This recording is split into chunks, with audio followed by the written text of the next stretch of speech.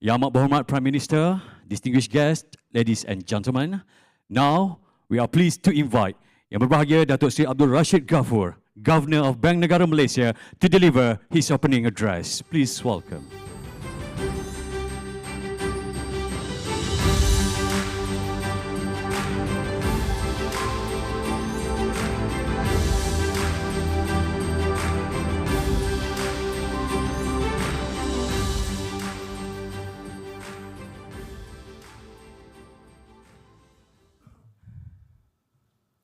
Bismillahirrahmanirrahim. Yang Amat Berhormat Datuk Sri Anwar bin Ibrahim, Prime Minister of Malaysia. Yang Berhormat Datuk Sri Amir Hamzah Azizan, Minister of Finance to Malaysia.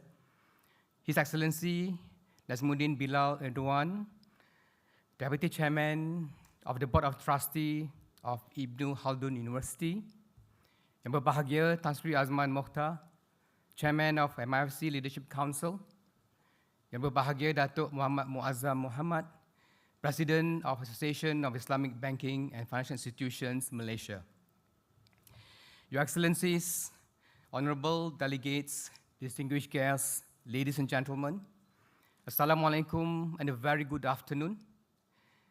It is a pleasure to be here today at this year's Global Islamic Finance Forum.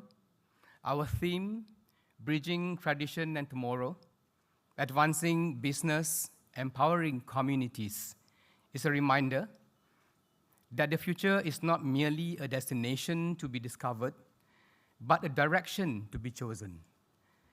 To choose wisely, one must take a moment to look back at the values and systems that once made commerce a conduit for shared prosperity and finance for a force for human progress.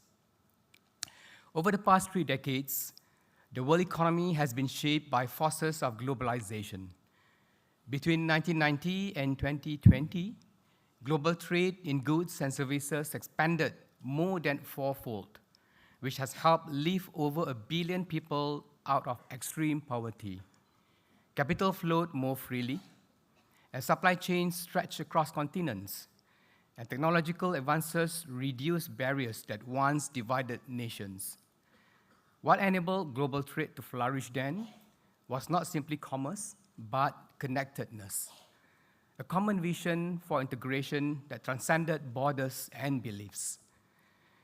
This recent decade, however, has witnessed a reversal of a redrawing of that map.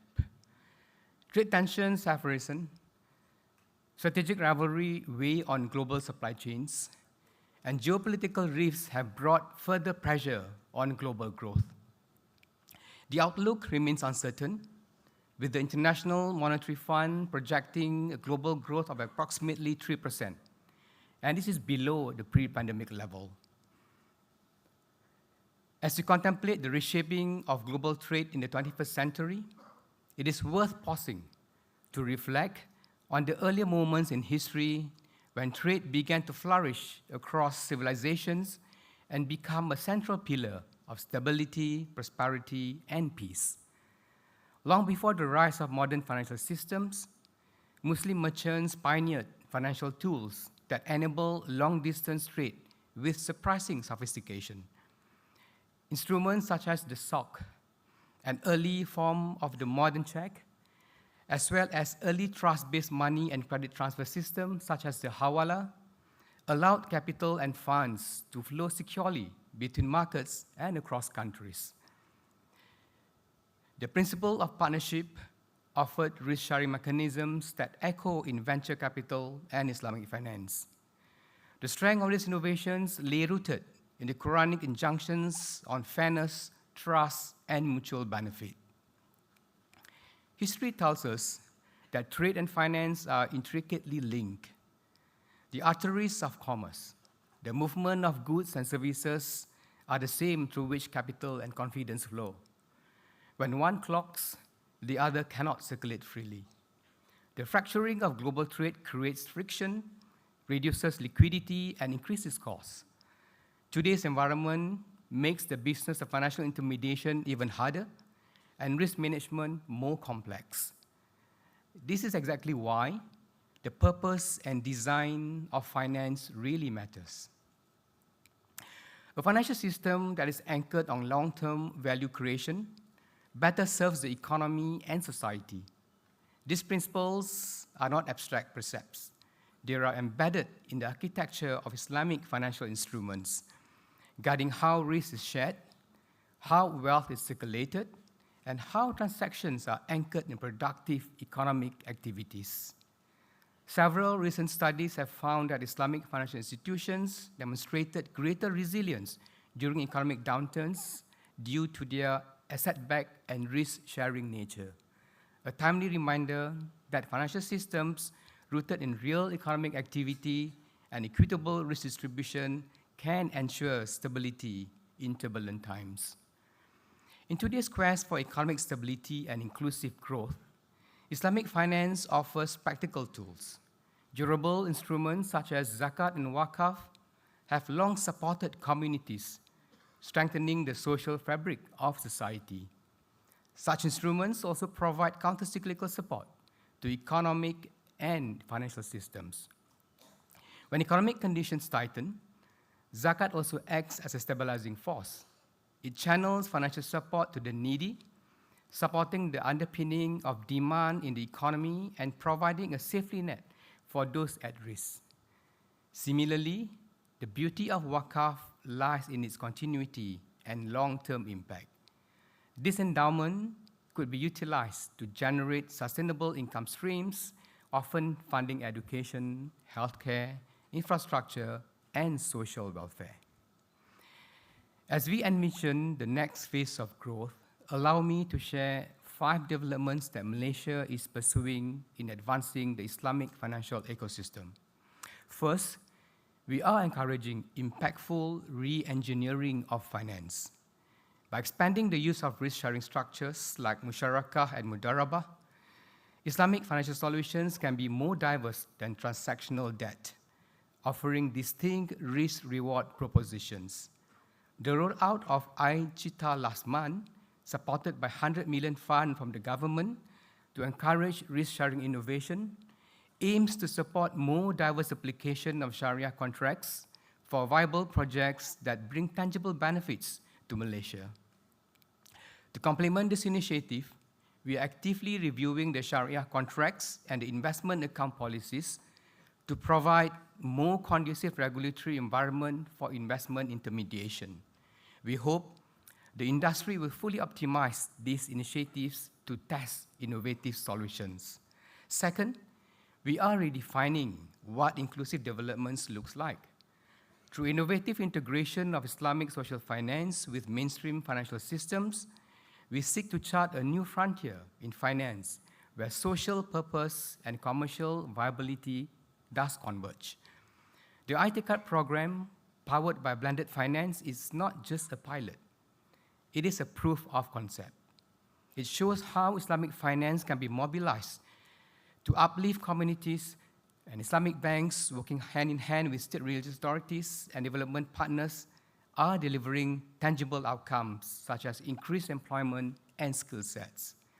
I'm encouraged to see the expansion of the IT card program for financial protection today,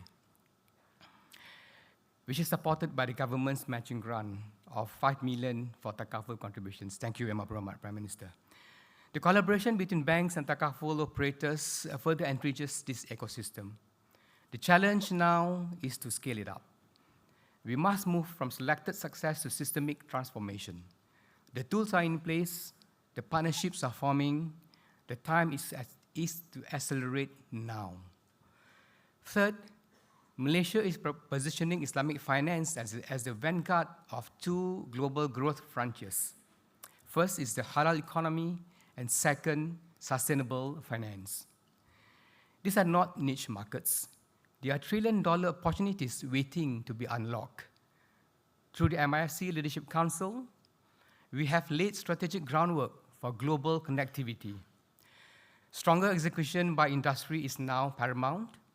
That is why we are supportive of the formation of the MIFC Business Network, or MBN, as the next phase of MLC transition. MBN, as a coalition of industry champions, will be pertinent in charting our way forward. They will be tasked with deepening sectoral collaboration, securing tangible business outcomes, and scaling impact in Malaysia and beyond. I'm pleased to announce, Yang Abdul Rahmat, there's 9 industry players comprising entities from banking, takaful, capital markets, and the ancillary services have committed to be the founding members of the MBN. Invitation for wider participation from industry players will be announced soon. The bank, alongside other regulators and key stakeholders, will remain committed to supporting the industry in advancing the MIFC agenda. Fourth, Bank Negara Malaysia plans to move forward with a new benchmark. Beginning 1st July 2027, the Malaysia Islamic Overnight Rate, or we call it the MAIO-I, will become the mandatory reference rate for Islamic financial products. This is not just a technical adjustment, it is a structural transformation. As the world's first transaction-based Islamic benchmark rate, MAIO-I brings transparency, consistency, and Sharia alignment to the heart of Islamic finance. The fifth and final frontier in advancing Islamic finance is talent, and the ideas and innovation that talent can unlock. Institutions like INSEAF University are evolving beyond education into engines of innovation, embedding the Maqasid Shariah into economic and policy frameworks. Regionally, AIBIM is scaling up capacity through the enhanced associate qualification in Islamic finance, now tailored for the ASEAN markets. With country-specific modules for Brunei, Indonesia, the Philippines, and Singapore, this program is building a workforce that is not only technically proficient, but regionally attuned and innovation-ready. The need is clear. If we want Islamic finance to lead, we must invest to build and nurture talent that can imagine, design, and deliver its future. Yang Abdul Rahmat, ladies and gentlemen, in closing, the global Islamic finance industry is on course to surpass the USD 9.7 trillion by 2029. But this journey cannot be defined by scale alone. It must be underpinned by robust substance. This promising growth requires strong leadership and innovation with purpose. I hope this forum will serve as a bridge, honoring the wisdom of our values while boldly reimagining the future of Islamic finance. Thank you. Assalamualaikum warahmatullahi wabarakatuh. Waalaikumsalam warahmatullahi wabarakatuh. Thank you, Governor, for the insightful and inspiring address.